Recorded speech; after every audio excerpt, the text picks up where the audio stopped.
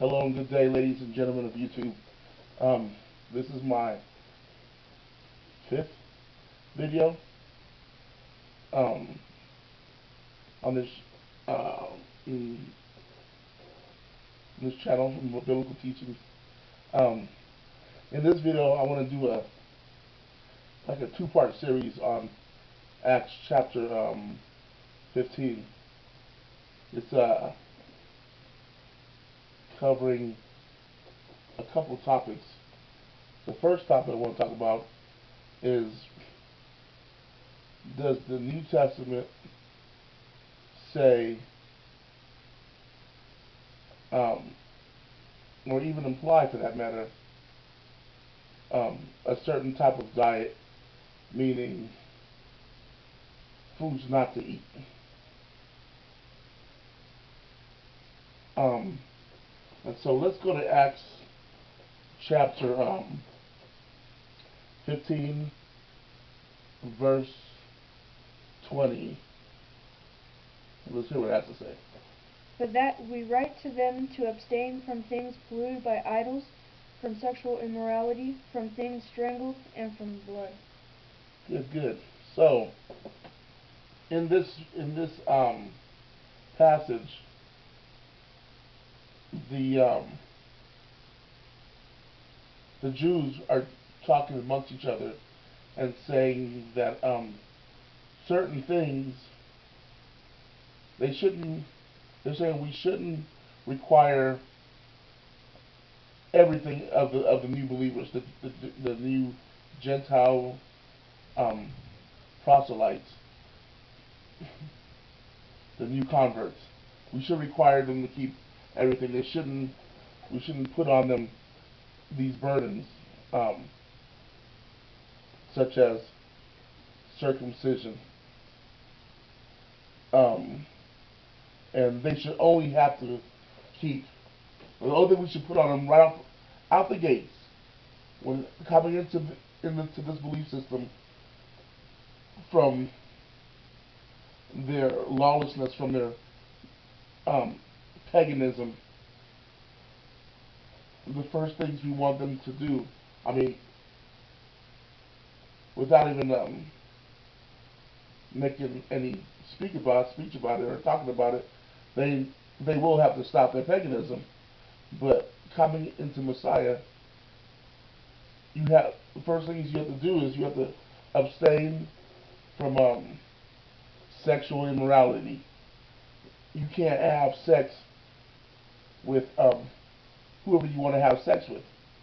Um, this is talking about men can't have sex with men, women can't have sex with women. That's sexual immorality, uh, according to the law.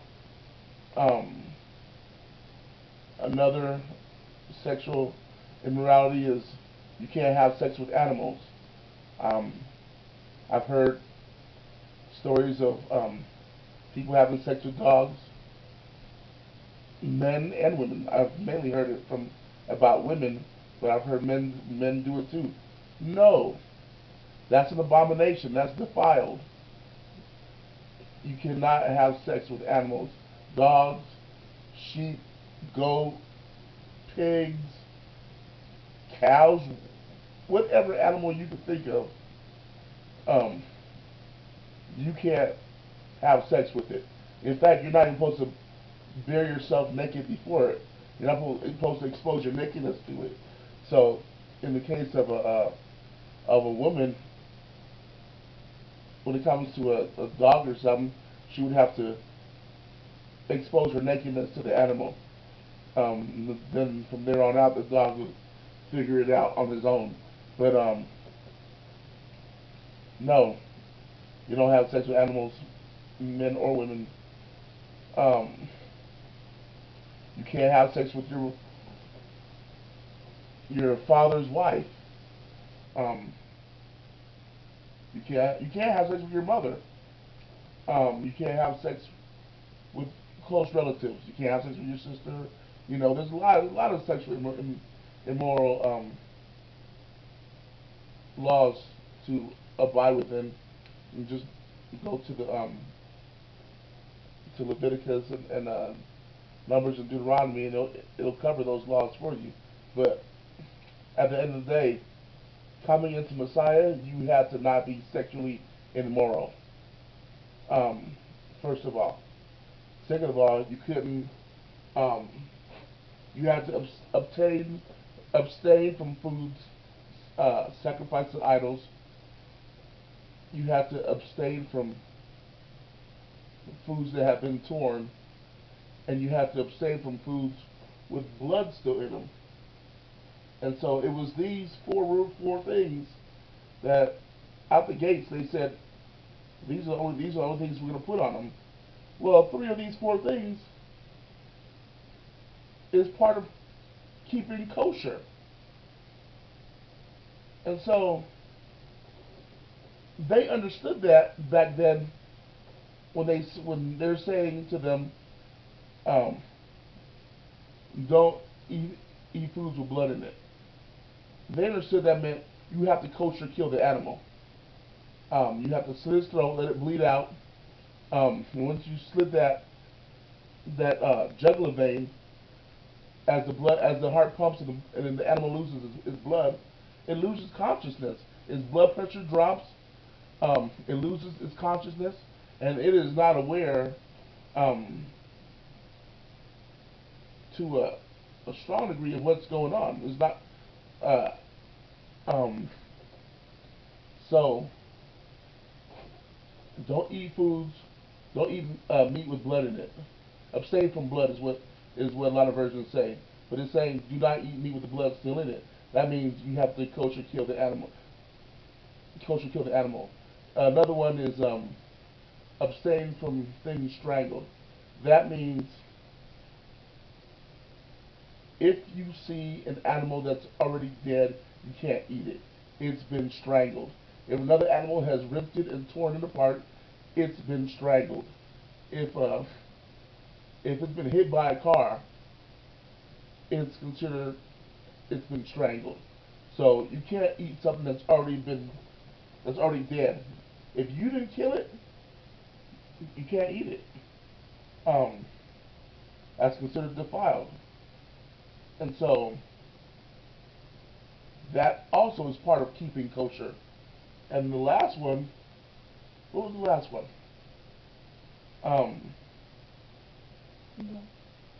The blood was the first one I mentioned. Then I went to strangled. You can't. Oh, and you can't eat food sacrificed to idols. Whether it's meat or vegetables, if it has been sacrificed to idol, you don't eat it. You can't eat it. Um, Even though idol is nothing to us, um, if you know it's been sacrificed to idols, you have to abstain from it. Because to eat the food that's been sacrificed to idols is equivalent to you bowing down to that idol. And so if that idol is nothing to you, then there's no reason to bow down to it. So there's no reason to eat the food if you know it. But if you don't know it and you eat the food, then it's still nothing. But if you know this food's been sacrificed to idol and you eat it, you're submitting to that idol. Um, so those are the 3-4 rules that they said that out the gates a new believer um, has to abide by. These are the few things we're going to place on the new believers. So when you look at 3 of those 4 things, they're all parts of keeping kosher. So when you're talking about eating something strangled, before you can say you can't eat something strangled, you have to first know what it is you can eat. Before you can say, "Oh, I can't eat it with the blood still in it." You have to first know what it is you can eat. Meaning, if it has hooves and it chews its cud, you have to make sure the blood is not still in it. Meaning, you have to kill it a certain way. If it has hooves and it chews its cud, you can't eat it if it's been strangled. If another animal has torn it or if it's been hit by a vehicle and it's laying dead on the side of the road, like a deer, moose, elk, um, you can't just run up and eat that, whether it's already dead or whether it's dying, because that's defiled. So when you look at animals that are unclean, like a pig, it doesn't matter whether or not the blood is still in it. So when you look at this verse, this verse wouldn't say, do not eat food with the blood still in it, or it would not say abstain from blood if a pig was in question, because you cannot kosher kill a pig. Whether the blood is in the pig or out of the pig, it doesn't matter because it's not food. So this verse right here, when they're saying this, it's clear that it's a given that they understand that there's only certain foods they can eat. Um, what I'm saying is, it's clear that the people who are giving this, the Jews who are saying we're gonna put this on the new believers, it's clear that they understand that the new believers understand that there's only certain foods that they can eat. So that's why they're saying, make sure you abstain from blood. Because by them saying, make sure that you abstain from blood, they're demonstrating that they know that you know what it means to abstain from blood. And so, by the time you know what it means to abstain from blood, you're understanding there's only certain types of animals that would even matter for you to abstain from blood from. And those are the clean animals. If the animal is unclean, it doesn't matter whether it's kosher killed or not. It's already unclean. It doesn't matter whether it's been strangled or not. If a pig gets hit by a car and you want to eat the pig because you eat pigs, eat the pig. It won't matter. If a pig gets torn apart by another animal and all that's left is a little leg or something, you want to eat that pig, it's already defiled. Eat it. It don't matter. If you run around eating defiled food, eat it. If a mouse gets its head bit off by a pig and is laying there dead and rotting, and you decide you want to eat that mouse, if you're going to eat the mouse, eat it. It doesn't matter whether it's been bled out or not, because it's defiled. It's a mouse. Pigs are defiled. They're unclean. So this passage right here in Acts, what it's actually doing is reinforcing the dietary laws. It's actually saying, yo, when you go to eat your clean meat, make sure it's been kosher killed. Make sure the blood has been removed from it. When you go to eat your clean meat, make sure it hasn't been strangled. Make sure some animal didn't tear it. Leave it for dead. Make sure somebody didn't hit it with a vehicle and leave it for dead. Make sure it hasn't been strangled. Abstaining from things strangled means abstaining from clean meats that have been harmed and are dying. Bottom line, this little passage right here in Acts is reiterating you can't eat whatever you want to eat. As far as animals, not every animal is food. You can't eat dog, you can't eat cat. You can only eat, of the land animals, it has to have a split hoof and it has to chew its cud. And when you look at these land animals that are clean and we're allowed to eat, they actually reflect a lot of the character that we're supposed to have. I'll probably say that for another video. That's a whole other topic. But yeah, this little section right here is of Acts 15 is letting us know that not only are they keeping the law, but they're keeping the dietary laws, and they're still promoting the eat clean, and they're still promoting sexual morality. Um, and so and so when you when you're reading this in Acts 16, I want you to look and pay attention for that, and because when you hear Christians talking about it, you never hear anybody bring that point out. Oh, I'm sorry, I said Acts 16. I'm going to say Acts 15. Acts 15, that was verse 20. Excuse me. That was verse 20. Was it 21 also? Okay, it was just verse 20. But there's another part I want to pull out of there, and that's the whole keeping of the law. Let's go to verse. Was it 18?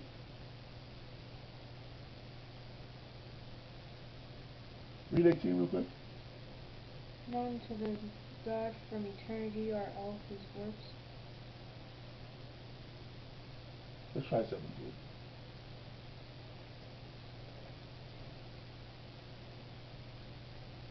So that the rest of mankind may seek the Lord, even all the Gentiles who are called by my name, says the Lord, who does all these things. Yes. So he is just saying, so to the rest of mankind, even the Gentiles, or including all the Gentiles, for them to seek him. And so this part is coming before these few laws, and so they're saying that for the sake of the Gentiles coming and to seek him, that they are not trying to put, or that we should not try to push these laws on them,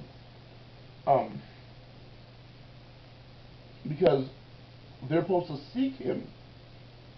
So when they seek him, he'll put these laws on them himself, and it goes to show you that later on. I want to say, it was verse 21. Read 21. For Moses has had throughout many generations those who preach him in every city, being read in synagogues every Sabbath. Beautiful. Was that just 21 or was it? Okay, sweet. Okay, so now it's saying, we should not force these rules on them, except for this small part right here, and this small part was sexual morality, sexual morality, and keeping kosher. Keeping kosher includes eating clean. You can't eat unclean animals. Just reiterating that. So these are the laws that we should make sure. These are the laws that we should say that they can keep. The other ones we shouldn't try to force those on them, but we can force these on them. It's pretty much what it's saying. And the reason is because every Sabbath Moses is being preached or read to everybody in the synagogues. Now, when he says Moses, it means the Torah, the law. So, the law, I think some versions say the prophets. It's still talking about the Torah. Every Sabbath, the prophets, Moses, the Torah, the law, is being read to these Gentiles, and to everybody for that matter, in the synagogues. The reason the law is being read to everybody in the synagogues every Sabbath is because that's the law. Nowadays, if you go to church, it don't matter if you go to church on Saturday or Sunday, on the Sabbath or on uh, the pagan day, um, you're not going to hear the law.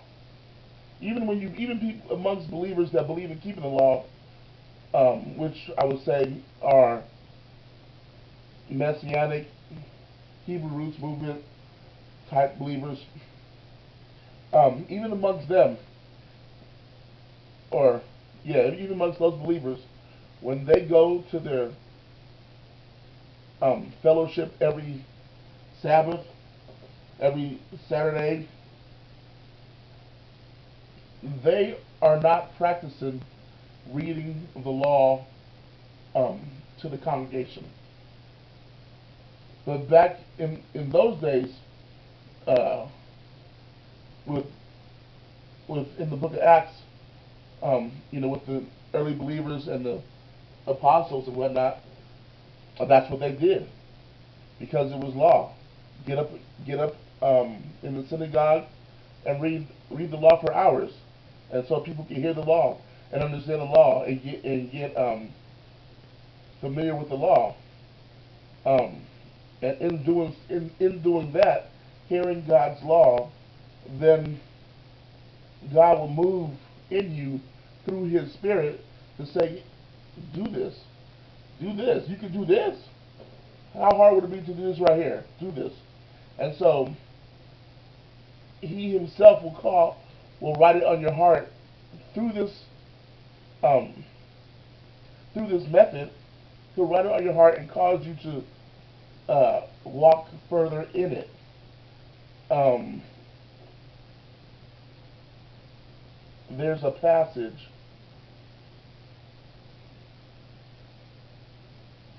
Messiah's talking to Peter, or a few of his disciples, but the main one is Peter, and he says, "Who do people say that I am?"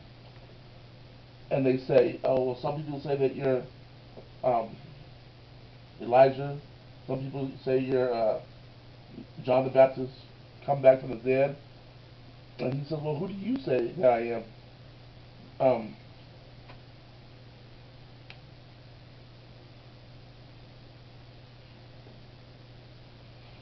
he says, "Who do you say that I am?" And Peter says, "You're son of the Most High God." Um, and then he turns to Peter and says, "Peter, flesh and blood did not reveal this to you, but the Father in heaven revealed this to you. You only understand that. You only are capable of understanding that because the Father put it in you." And so then he says, "Upon this rock I will build my church." What rock is he talking about? The rock that the Father will reveal things to you. Upon that rock. That's the foundation. So when you look back at what they're saying in the book of Acts, they're saying, "Yo, we can't push everything on them because that's not our job. It's the Father's job to push that stuff on them through His Spirit." And if you reject keeping the laws while the Spirit is trying to bring you into the laws, you're rejecting the Spirit. You're grieving the Spirit. And that's what it's all about. Because the rock, the foundation, is that when you hear the law, the Father's going to put something in you through His Spirit to say, "You know what? I want to do this. I want to do this." And there's a lot of it. A lot of things in there to do. And you can have a puffed up heart. And you can say, "I don't need to do any of this stuff. All I need to do is confess uh, that Jesus is my Lord and Savior, accept His blood, and I'll be fine." Maybe, maybe. But at the end of the day, he um he didn't give us those laws for no reason. He didn't give it to us just so he could take it back and say, just joking. You don't gotta keep them. Ha ha. I'm gonna die, so you don't have to keep them. Ha ha. He didn't do that. He didn't die, so we don't have to keep them. He came and he lived them out. He walked them out to show us that we can walk them out. We can live them out. But in the beginning, when he gave them to us, he said, yo, these things are not too hard for you. So we want to go back and say, oh, we didn't do it because they're too hard for us. No, not true. He's in Deuteronomy 30, he says they're not too hard for you. They're not too far from you. You don't got to send anybody over here to get them and bring them to you so you can do them. That doesn't need to happen. He said it's in you. It's in your mouth. It's in your heart. It's next to you. So at the end of the day, all this talk about, oh, you don't have to keep the laws because they're too hard. Nope, nope, nope, not true. They're not too hard. Because if they are too hard, we're making God to be a liar because God said they're not too hard. So don't fix your mouth to go run around and say that they're too hard. Because as soon as you fix your mouth to say that, you're calling God a liar. Bottom line. As soon as you fix your mouth to say, oh, we don't need to do them anymore, when he says that we're going to be doing them in the future, you're calling him a liar. Don't fix your mouth to say that. He says we're going to be keeping uh, the law in the future. The same law that he gave us at the mountain is what we're going to be doing in the future from now. If that's the case, then he didn't get rid of them at the cross. He did something different at the cross, and maybe we got to figure out what that different thing was that he did at the cross. Um, but it wasn't getting rid of any laws. He is the law. He is the word. He is the bread. All this. He came to walk it out and to fulfill it, but not to bring an end to it. Um, so to wrap this up, when you go and to fellowship with your congregation, it don't matter where you go on Sunday or Sabbath. When you go to fellowship with your congregation, somebody should be reading the law because that's the law. And everybody should be listening to the Word of God, listening to the law being read. There's a lot of different topics people can preach on, and that's fine. Preach on whatever you want to preach on. But at some point in time, everybody should be underneath the Word of the Lord, listening to it and thinking about it. Because at the end, we are all going to need to know it. In fact, everybody who makes it into the kingdom is going to know it. Um, the new covenant is all about him writing that law, that same law, on our hearts. Um, I think I'll wrap it up right there. Um, this is going over Acts chapter 15, and I was trying to cover two. It covers two different, at least two different topics. So I was gonna make two videos out of it, but I'll just jam it all into this one video. Um, but I hope you like that. Please like, subscribe, and share. And and if you're feeling generous, I'll leave my GoFundMe link at the bottom of this page. If you're feeling generous, please donate. Any amount will be greatly appreciated. Is greatly appreciated. And will help the ministry. Um, I can use a new laptop and a new computer. I mean, a new camera. Um, just so I can edit these videos better. I don't have any video editing capabilities, so if I mess up, I have to do it all over again.